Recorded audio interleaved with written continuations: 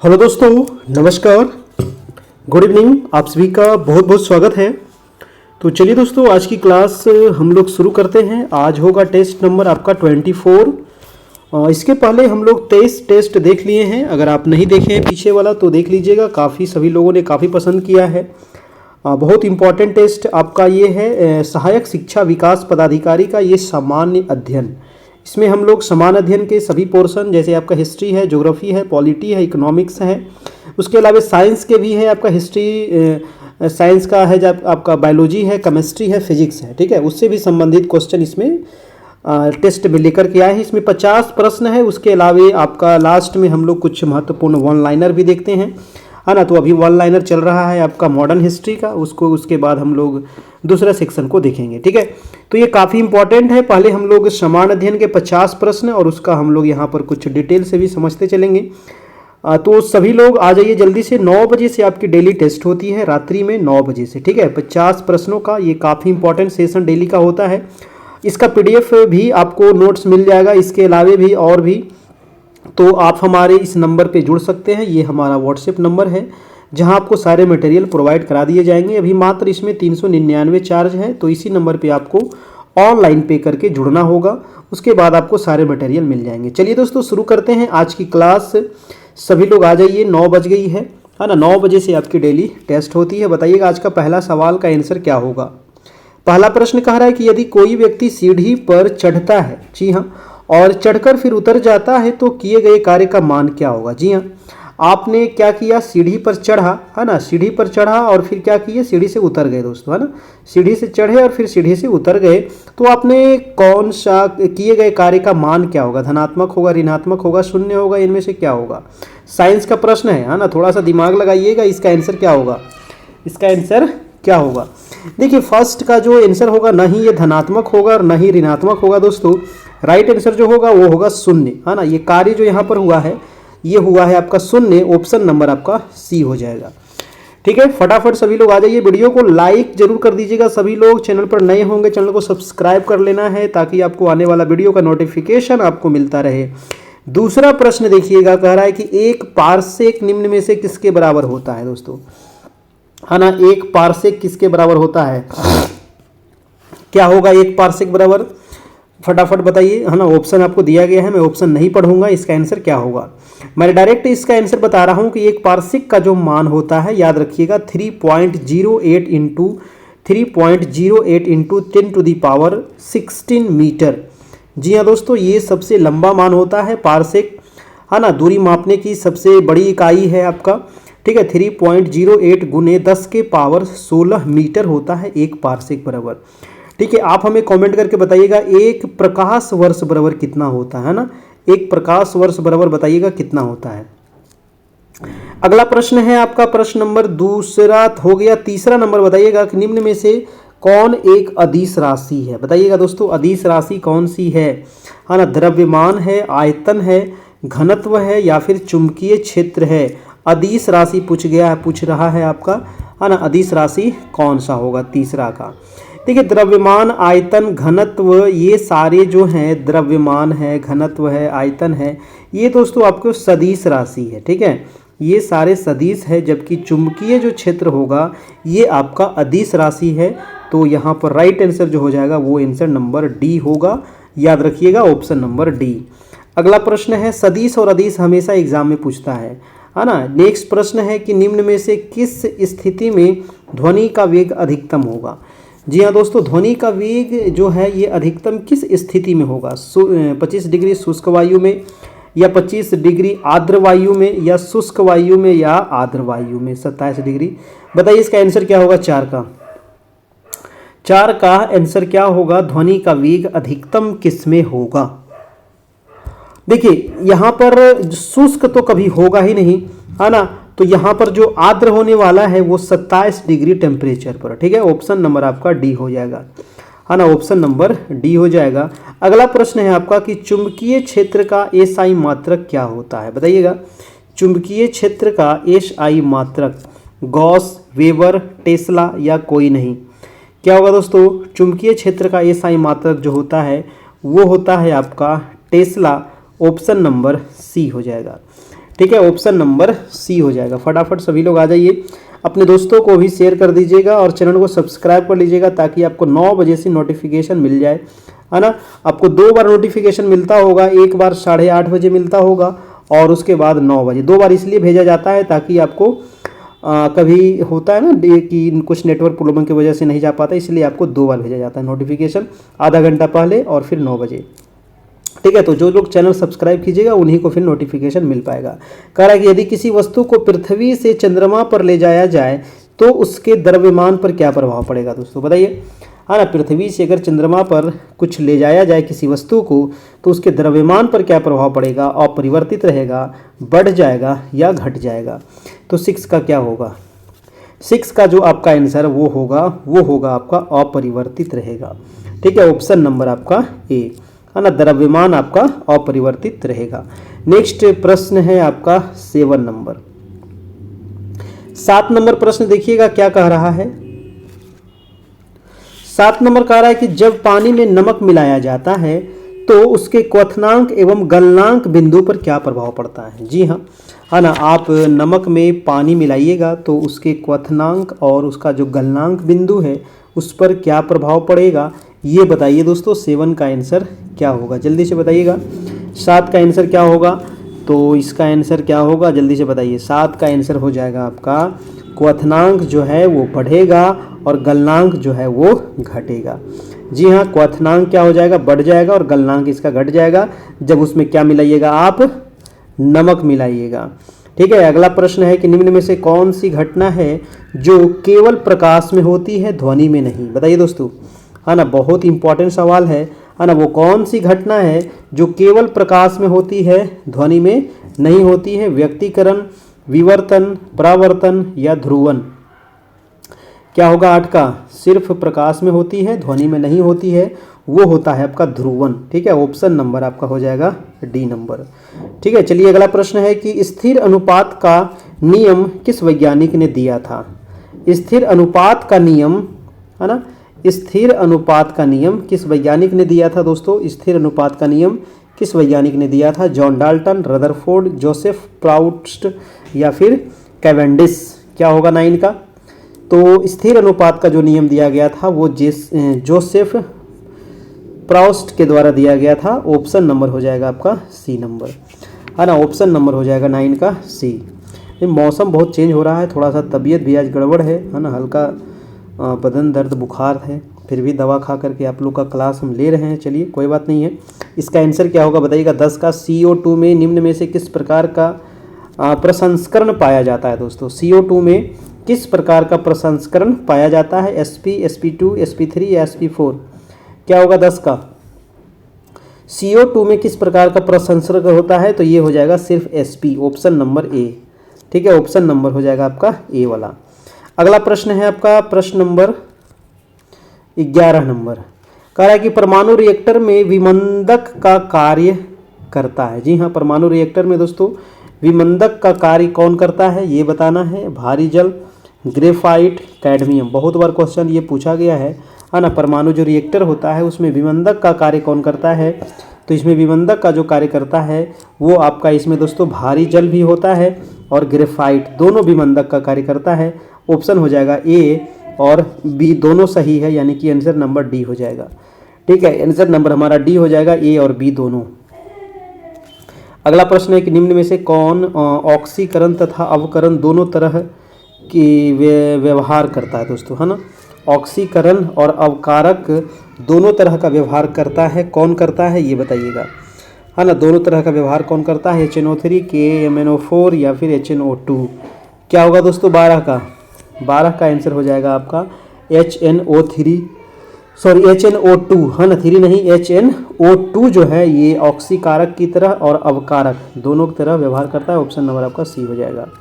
Next है कि निम्न में से कौन सा कोशिकांग जंतु कोशिका में नहीं पाया जाता है, बताइएगा।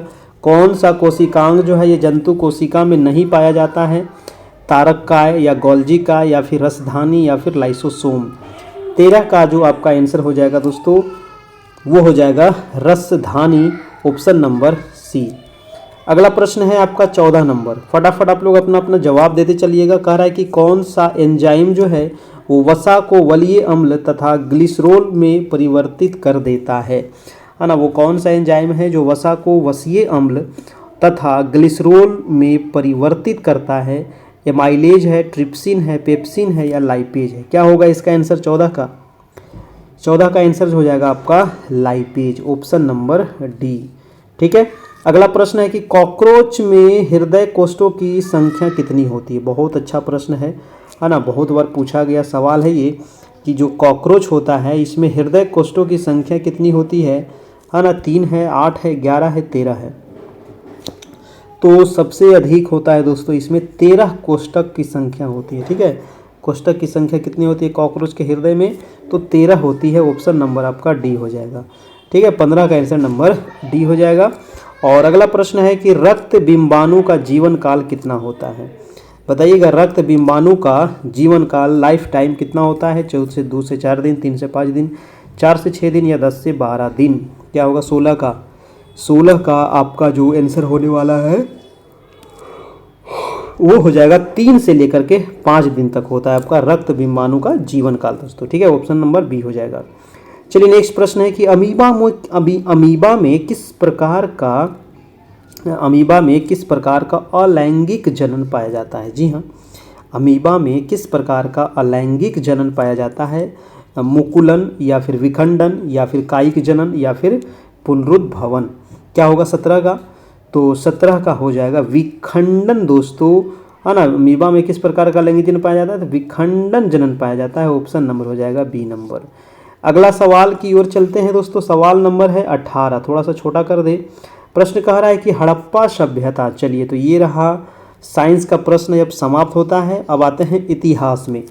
हड़प्पा सभ्यता के किस स्थल से उन्नत जल प्रबंधन व्यवस्था का साक्ष्य प्राप्त हुआ है? बहुत बढ़िया है ना। हड़प्पा सभ्यता का वो कौन सा स्थल है? इसी को सिंधु घाटी सभ्यता भी कहते हैं, है ना। तो जल प्रबंधन व्यवस्था का दोस्तों साक्ष्य जो मिला है वो कहाँ से मिला है? वो मिला है दोस्तों धौलावीरा।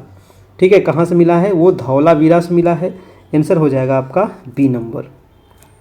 ठीक है, चलिए अगला प्रश्न है आपका प्रश्न नंबर 19 नंबर कि उत्तर मीमांसा दर्शन, बहुत अच्छा सवाल है दोस्तों। बताइएगा, उत्तर मीमांसा दर्शन के प्रवर्तक कौन थे? जैमिनी थे, कनाद थे, चावार्क थे या फिर बादरायन थे?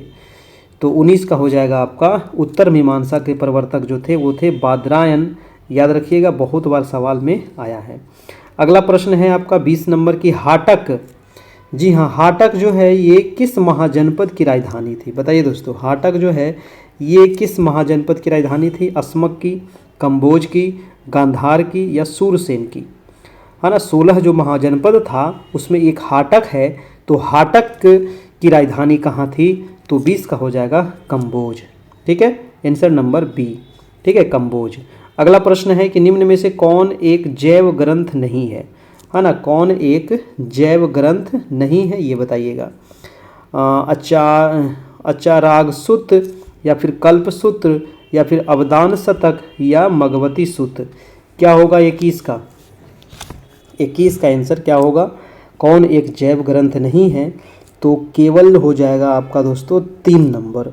अवदान शतक जो है ये जैव ग्रंथ नहीं है, ऑप्शन नंबर हो जाएगा डी। ठीक है, ऑप्शन नंबर डी हो जाएगा। अगला प्रश्न चलते हैं, प्रश्न नंबर है 22 नंबर। बताइएगा कि भारत में कुषाण वंश की स्थापना किसने की थी? बताइए दोस्तों, वेरी इंपॉर्टेंट सवाल है। भारत में कुषाण वंश की स्थापना विम कैडफिसस के द्वारा किया गया, कुजुल कैडफिसस के द्वारा किया गया, कनिष्क के द्वारा किया गया या वासुदेव के द्वारा किया गया? तो कुषाण वंश की जो स्थापना की गई थी वो याद रखिएगा आप, कुजुल कैडफिसस। ठीक है, कुजुल कैडफिसस, ऑप्शन नंबर हो जाएगा बी नंबर। ठीक है, चलिए अगला सवाल है कि तुगलकनामा की रचना किसने की थी दोस्तों? बताइएगा, तुगलकनामा की रचना किसने की थी? अबुल फजल, जियाउद्दीन बर्नी या अब्बास खान शेरवानी या अमीर खुसरो? कौन किया था तुगलकनामा? बहुत बार पूछा गया प्रश्न है तुगलकनामा।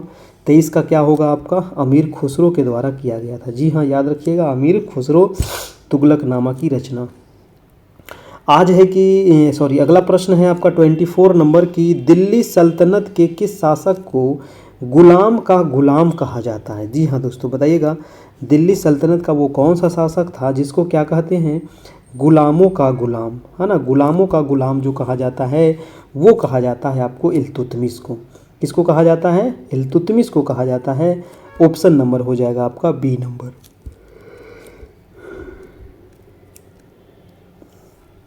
अगला जो प्रश्न है वो 25 नंबर, दार उल सफ़ा की स्थापना किसने की थी? बताइए, दार उल सफ़ा की स्थापना किसने की थी? फिरोज शाह तुगलक ने, गयासुद्दीन तुगलक ने, मोहम्मद बिन तुगलक ने, अलाउद्दीन खिलजी ने?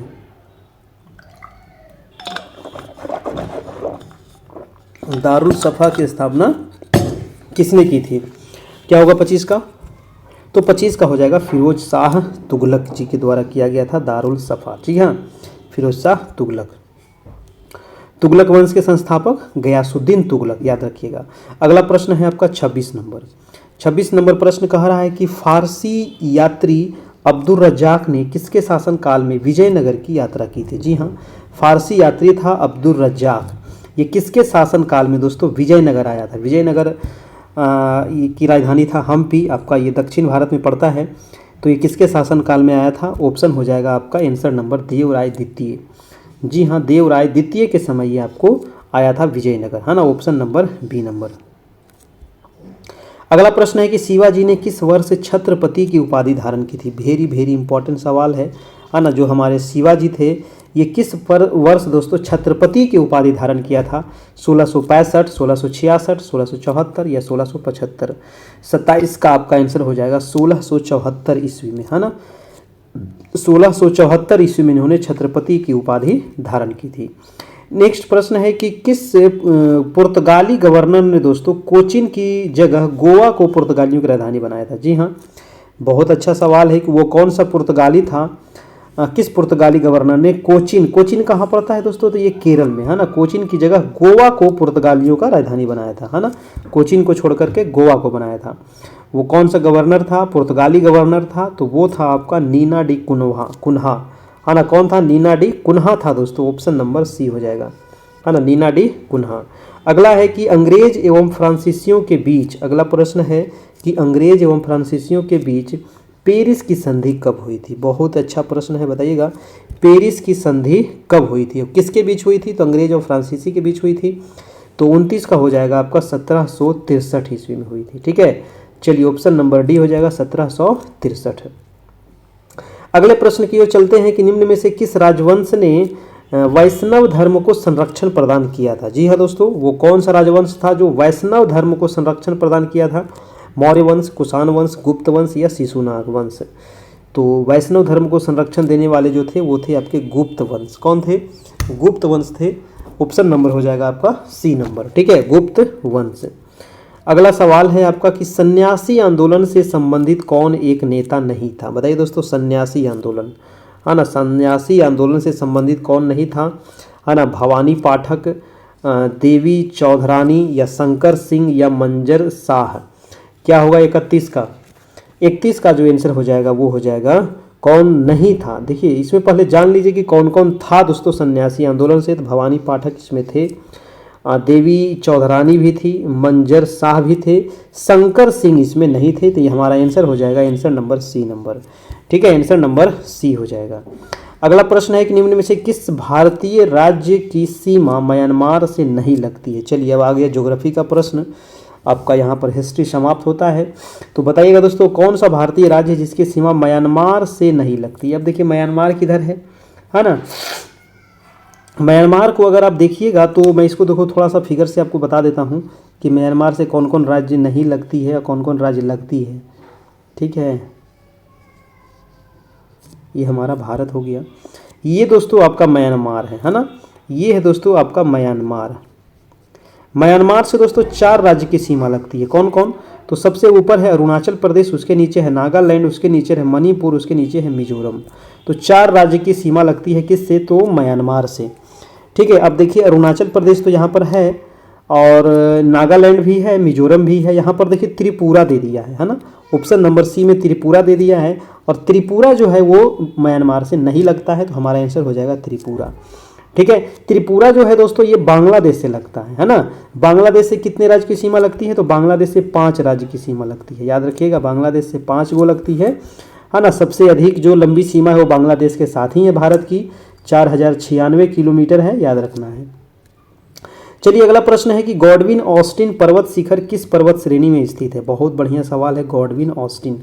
देखिए गॉडविन ऑस्टिन को ही कहा जाता है K2, है ना, K2 कहाँ पे है, अगर आप देखिएगा भारत के मानचित्र को, ठीक है ना, भारत के मानचित्र को अगर आप देखिएगा तो K2 जो हमारा है ये पड़ता है लद्दाख में, है ना। K2 कहाँ है दोस्तों, ये है आपको लद्दाख में, यहाँ पर यह है K2, है ना। K2 जो है ये काराकोरम पर्वत श्रेणी के अंतर्गत आता है, और ये किस पर्वत श्रेणी में है यही आपसे पूछ रहा था, तो आंसर हमारा हो जाएगा काराकोरम, है ना। ये किस पर्वत श्रेणी में आता है, काराकोरम।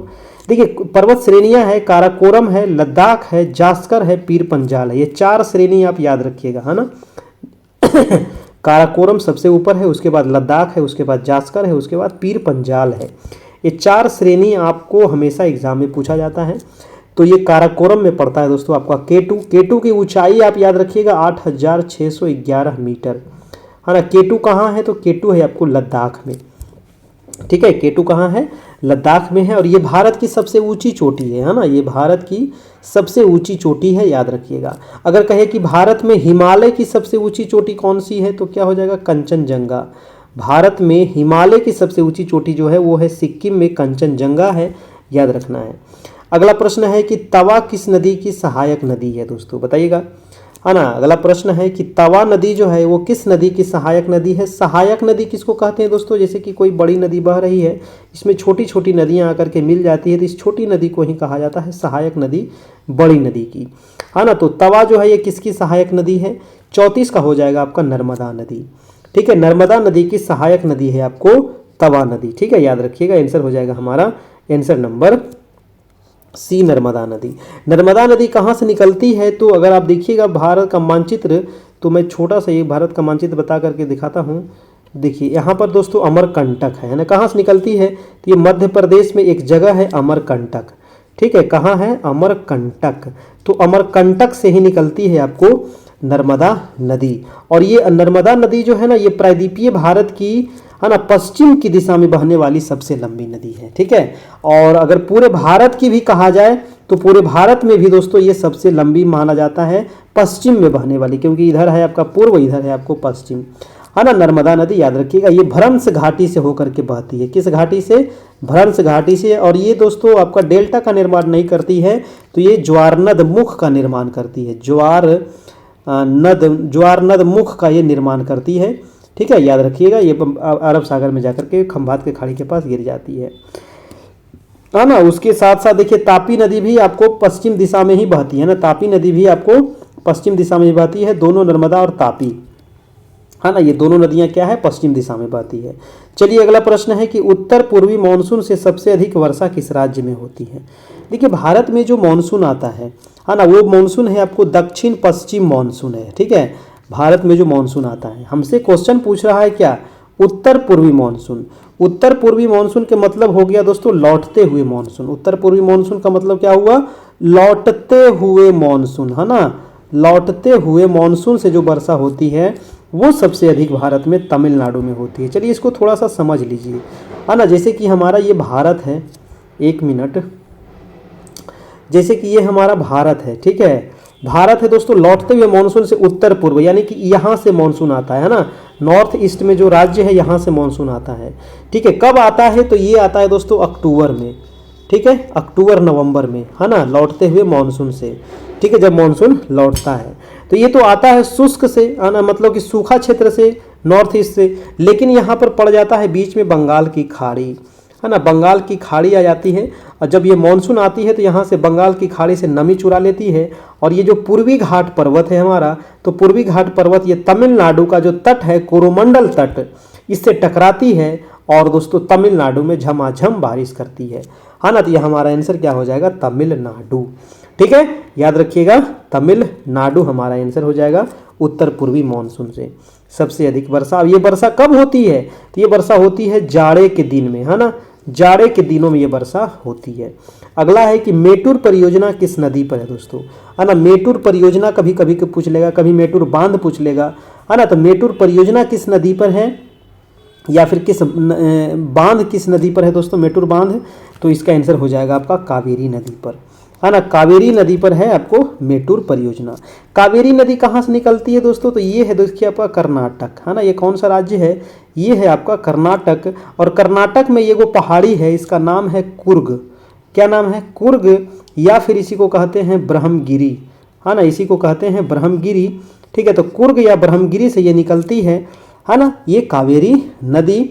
और इस पर बनाया गया है मेटूर बांध है। ठीक है, बहुउद्देशीय परियोजना है, याद रखिएगा, है ना।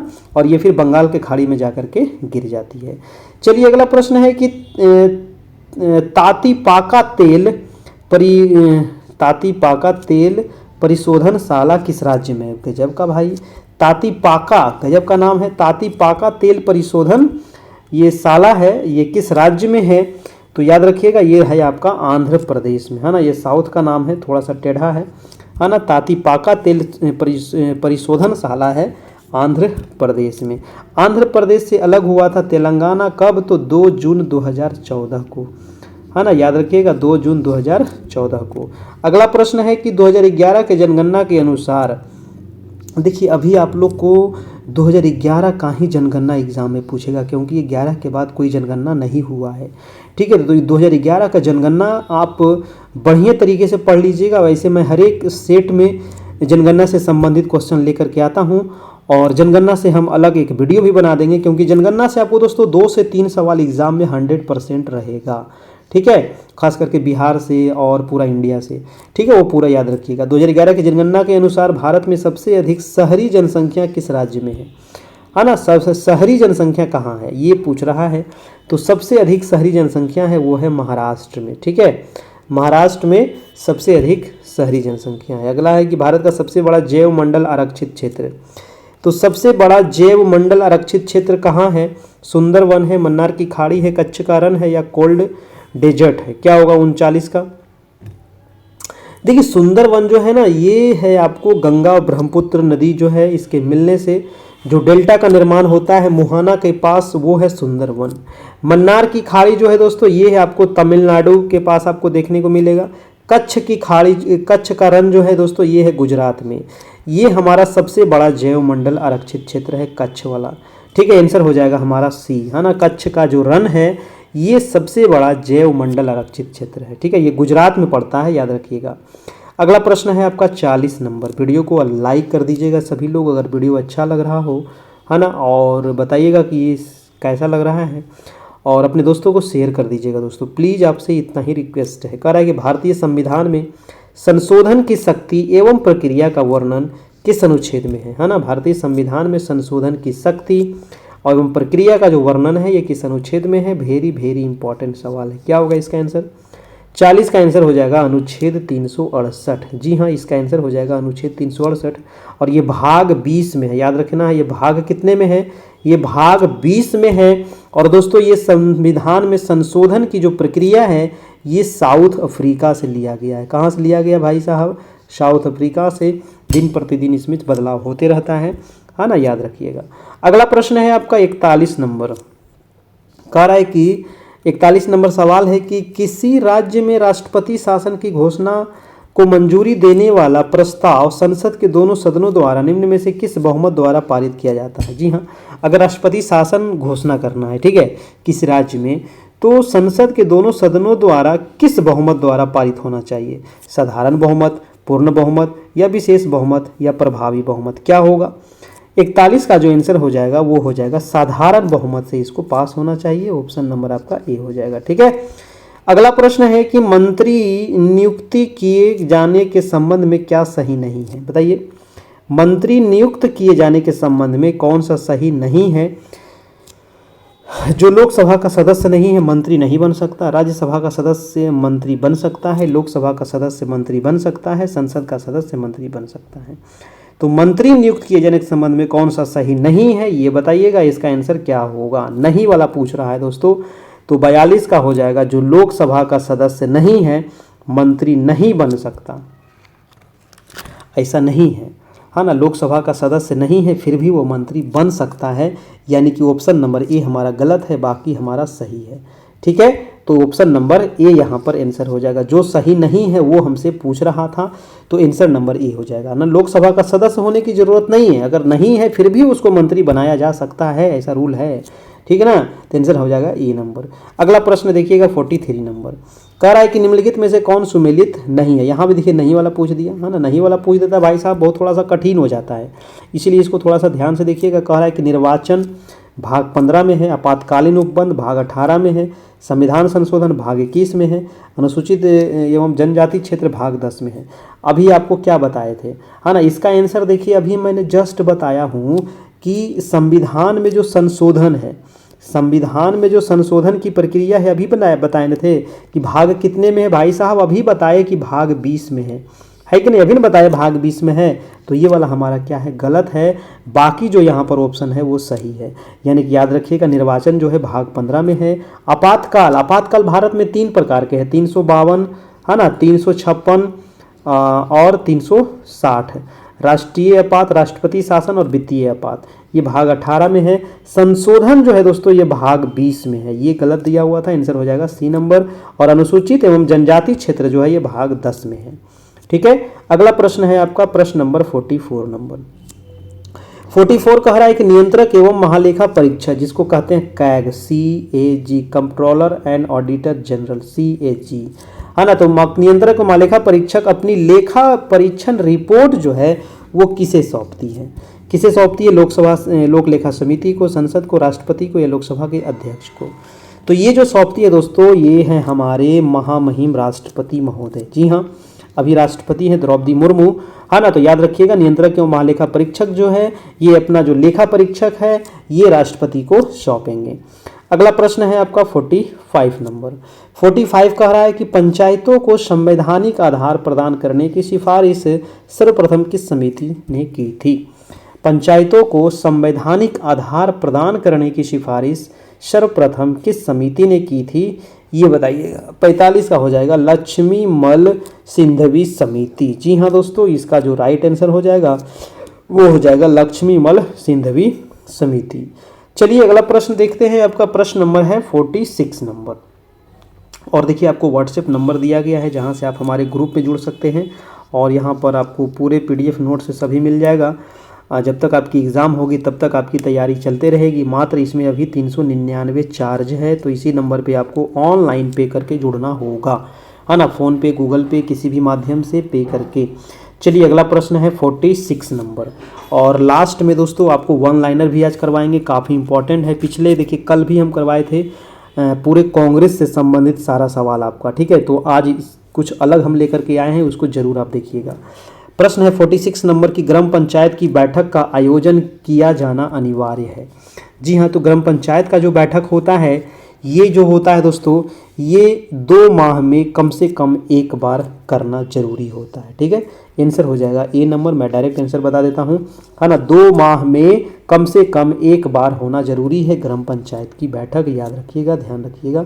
अगला प्रश्न है 47 नंबर कि ग्राम पंचायत की बैठक हेतु कितनी गणपूर्ति आवश्यक है। दोस्तों गणपूर्ति मतलब होता है कोरम, है ना, गणपूर्ति मतलब कोरम। तो ग्राम पंचायत की बैठक हेतु कितनी गणपूर्ति आवश्यक है ये बताइएगा। तो कुल सदस्यों की कुल संख्या की आधी, या सदस्यों की कुल संख्या का 10 भाग, या 20 भाग, या 1/4। देखिए यहाँ पर क्वेश्चन पे ध्यान रखिएगा, ग्राम पंचायत, बहुत सारे लोग इसका क्या मारेंगे 10वां भाग, जो बिल्कुल गलत है। ये लोकसभा का है 10वां भाग, ठीक है, याद रखिएगा। हमें ग्राम पंचायत पूछ रहा है तो ग्राम पंचायत में हमारा हो जाएगा सदस्यों की कुल संख्या की आधी होना चाहिए, यानी कि आंसर नंबर ए हो जाएगा। ठीक है, अगला प्रश्न है आपका 48 नंबर। 48 नंबर है दोस्तों कि वैश्विक वित्तीय स्थिरता रिपोर्ट जारी करता है। वैश्विक वित्तीय स्थिरता रिपोर्ट कौन जारी करता है ये बताइएगा। विश्व बैंक करता है, विश्व आर्थिक मंच करता है, संयुक्त राष्ट्र करता है, या अंतर्राष्ट्रीय मुद्रा कोष के द्वारा किया जाता है। तो वैश्विक वित्तीय स्थिरता रिपोर्ट जो जारी करता है वो करता है अंतर्राष्ट्रीय मुद्रा कोष, है ना, IMF, अंतर्राष्ट्रीय मुद्रा कोष के द्वारा। नेक्स्ट प्रश्न है कि ग्रैंड ग्रेट डिवाइडिंग रेंज किस देश में है? बहुत इंपॉर्टेंट सवाल है, ज्योग्राफी का प्रश्न है। ग्रेट डिवाइडिंग रेंज, अगर आप ऑस्ट्रेलिया महादेश को देखें दोस्तों, इस प्रकार से है ऑस्ट्रेलिया महादेश, है ना। ऑस्ट्रेलिया महादेश इस प्रकार से है, और ऑस्ट्रेलिया महादेश को अगर आप देखिएगा तो दोस्तों आपको दिखेगा ये उत्तर पूर्व क्षेत्र में यहाँ पर है ग्रेट डिवाइडिंग रेंज, है ना। यहाँ पर दोस्तों प्रशांत महासागर में, तो इसका जो राइट आंसर हो जाएगा वो ऑस्ट्रेलिया हो जाएगा। ठीक है, ऑस्ट्रेलिया में है दोस्तों आपका ग्रेट डिवाइडिंग रेंज, है ना। ऑप्शन नंबर सी हो जाएगा। अगला प्रश्न है आपका कि रीगा निम्न में से किस देश की राजधानी है? बताइए, रीगा जो है ये किस देश की राजधानी है? लिथुआनिया की, कोसोवा की, लातविया की, या मैसिडोनिया की? तो रीगा जो राजधानी है वो है लातविया की। किसकी राजधानी है? लातविया की।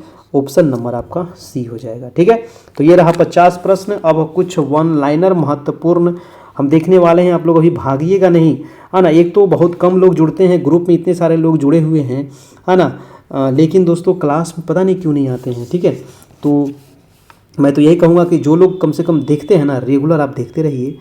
एक दिन देखिए, जब आप सफल हो जाइएगा तो फिर उनको बहुत अच्छी लगेगा, क्योंकि प्रधान शिक्षक में भी यही था। प्रधान शिक्षक में हमारे यहाँ से कम हज़ारों प्लस लोग का रिजल्ट हुआ है ना। हज़ारों लोगों का रिजल्ट हुआ दोस्तों प्रधान शिक्षक में। सक्षमता में भी बहुत सारे लोगों का रिजल्ट हुआ।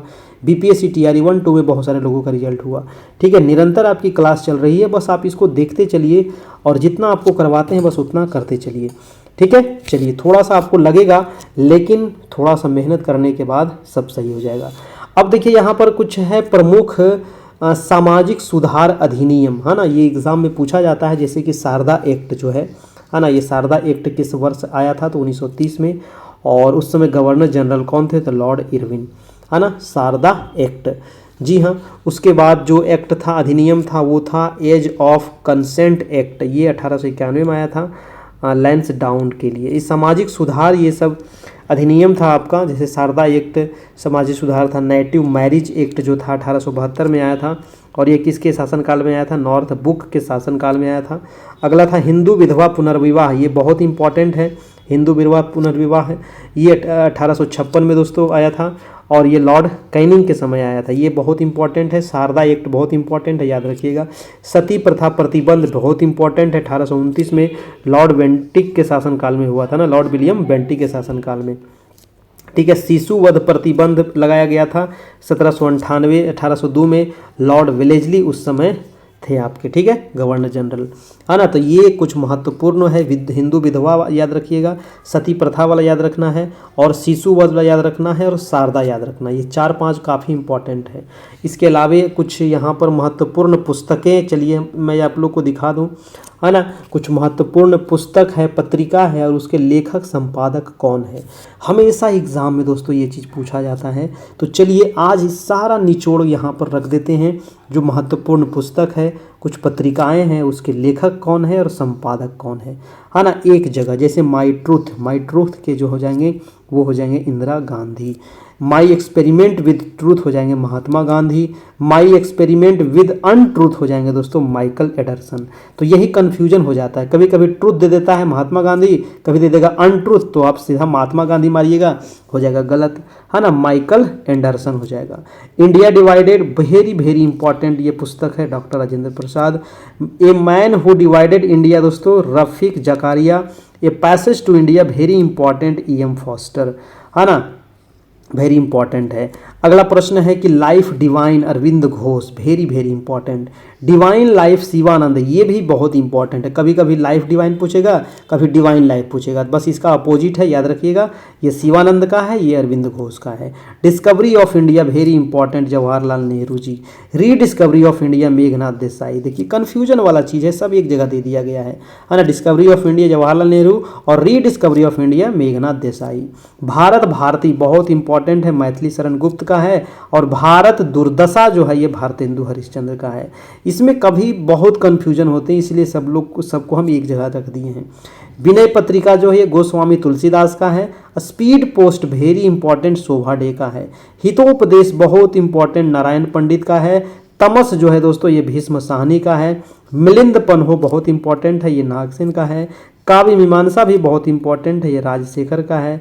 अर्थशास्त्र आपका कौटिल्य का है। ठीक है, उसके अलावा दोस्तों यहाँ पर जो अर्थशास्त्र हो गया कौटिल्य का।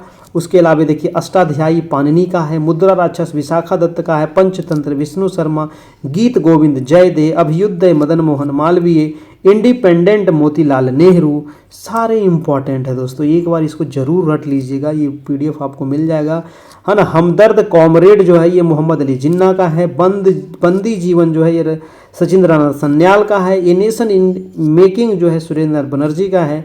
भवानी मंदिर वरिंद्र कुमार घोष का है। संवाद कौमुदी बहुत इंपॉर्टेंट है, राजा राम मोहन राय का है। उसके अलावा अनहैप्पी इंडिया या यंग इंडिया जो है लाला लाजपत राय का है दोस्तों। इसके अलावा दोस्तों इंडिया विंस फ्रीडम जो है ये, या फिर अल हिलाल जो है ये अबुल कलाम आज़ाद का है।